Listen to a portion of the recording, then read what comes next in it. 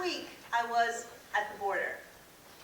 I spent the week in between El Paso and Ciudad Juarez, back and forth with the Association for Humanist Sociologists.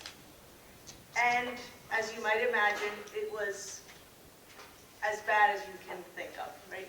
It is evident that we are a military state when you go there.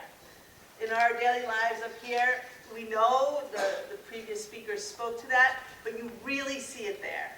There are 6,000 people in tents at the border and in Juarez, right at the checkpoint, and then in some surrounding nearby public parks that are within a few miles of the checkpoint. Children, dogs running everywhere, no running water. There's all these nonprofits serving meals. It's just horrific. The Border Patrol allows 2 people to come in from that crowd each day. And there's 6,000. Those 2 people are allowed in to see if they can apply for asylum. So it's horrendous. I want to share 2 stories. The first one is about us academics who were there at the border. We went every day to see different parts of Juarez, and each of the 4 days that we crossed over, when we returned, one from our group was detained. These are people either with, the majority had 3 of them had US passports. All 3 of them were born in the United States. And the 4th one was a young woman from the University of Edinburgh and had a European Union passport. And they were detained, and the stories are slightly different. They're all women, and except for the University of Edinburgh person, they were women of color. And they were treated very poorly.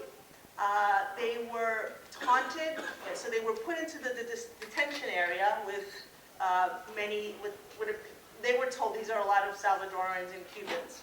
And one of the women, a black woman, was asked, she was a young woman, a doctoral student, was asked, so these people want to come in, but Trump doesn't want to let them in. Should we let them in? Do you think that they could be terrorists? Are we under threat if we let them in? And these are all like children and young families in this room. And trying to taunt her into saying something that she didn't, so she was very diplomatic. The other woman had a baby, a 9-month-old baby in a sling in front of her, and her husband had gone through already, and she could still see her husband. She kept asking for the diaper bag because her baby would need it soon. And they refused to walk 50 feet to grab the diaper bag. And all of them were in there for about 2.5 hours, and all of us waited on the other side waiting for them to get back into the United States. The other story I wanted to share was when we were over in Juarez, the sociologist that day that was giving us a tour, no, we were on the El Paso side in one of the conference sessions, and the 2 scholars that were presenting work are studying Eminent Domain in Texas. And they were giving us example after example of farms, small farms, and very, very large farms that are part of agribusiness.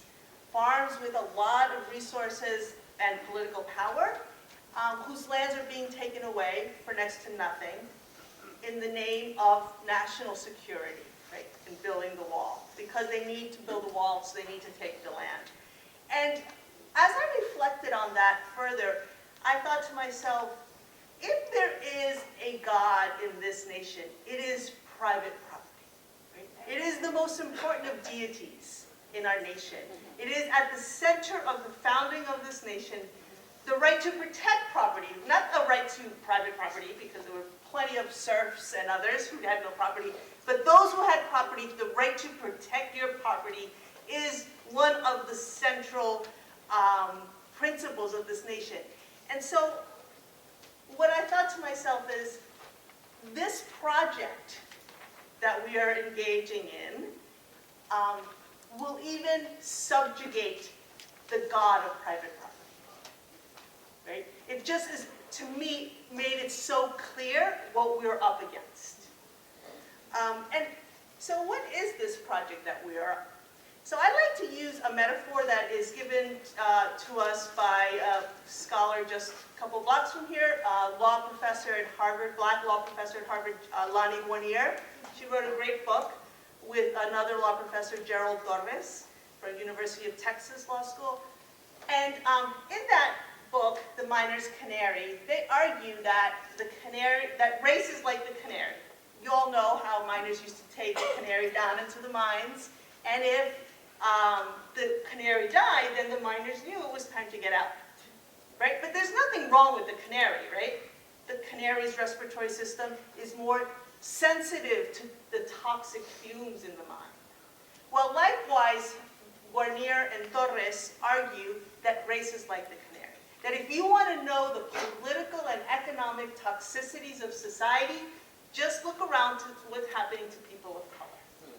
And I suggest, and I've been grateful to Michael for starting us very eloquently on a conversation about intersectionality. I suggest also to look at those who we are, not only people of color, but anyone who is oppressed. Those are the canaries, and they tell us about the mind. And so I want to apply that to immigration. If we want to know what we're up against and what we're building, we should look to see what's happening to immigrants. And in fact, unless we change it, it begins to happen to us. And I'm an immigrant, so maybe I should say to you all. Begins to happen to you all. The farmers, white, wealthy farmers, their lands are being taken away. These U.S. academics, right, with U.S. passports and U.S. places of birth. Right? It seeps through because it's the mind that's toxic. So at the core, I don't think this is about immigrants.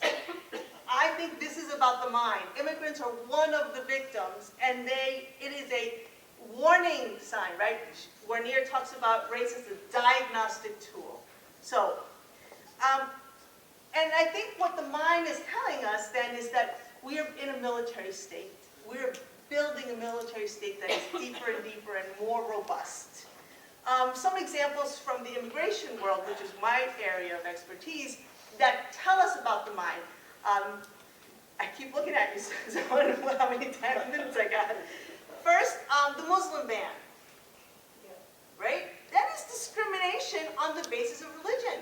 I came as a small child to this nation. I went to public elementary school in New York City, and I remember learning that this was a place where there was those, it was founded on that we would not discriminate against religion. And so how do we have then upholding of the Muslim ban? Seems unconstitutional. But in this project of militarization, of empire building, we subjugate the Constitution. Those of you who come to my workshop, I'll tell you more of the legal doctrines used to uphold the Muslim ban, even though it is unconstitutional. On March 19th, the Supreme Court ruled in Nelson versus Prick that it is okay to keep immigrants in detention indefinitely. I'm not talking about, somebody else earlier about Guantanamo Bay. I'm not talking Guantanamo Bay. I'm talking U.S. territory. Within the bounds of the United States, the Supreme Court said it is okay to keep immigrants in detention indefinitely without bail. And for those of you who don't know, an immigration violation is not in the criminal code. It's not even in the civil code. It is an administrative violation. So for administrative violations, we are now able to keep people indefinitely as if it was Guantanamo. And so what is resistance, in closing, what is resistance to this military state look like? And I think it'll be certainly a conversation for the rest of the day. But from where I'm standing in terms of immigration, definitely fighting the militarization at the border, defunding ICE. There is quite a movement to defund ICE. And more locally, There's two bills at the State House here in Massachusetts. One is the Safe Communities Act.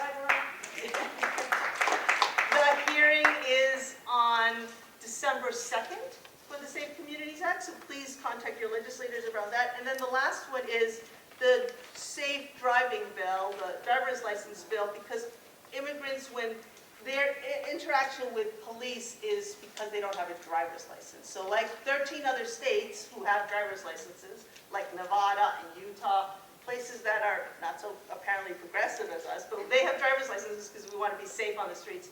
And that's another important bill. Thank you so much.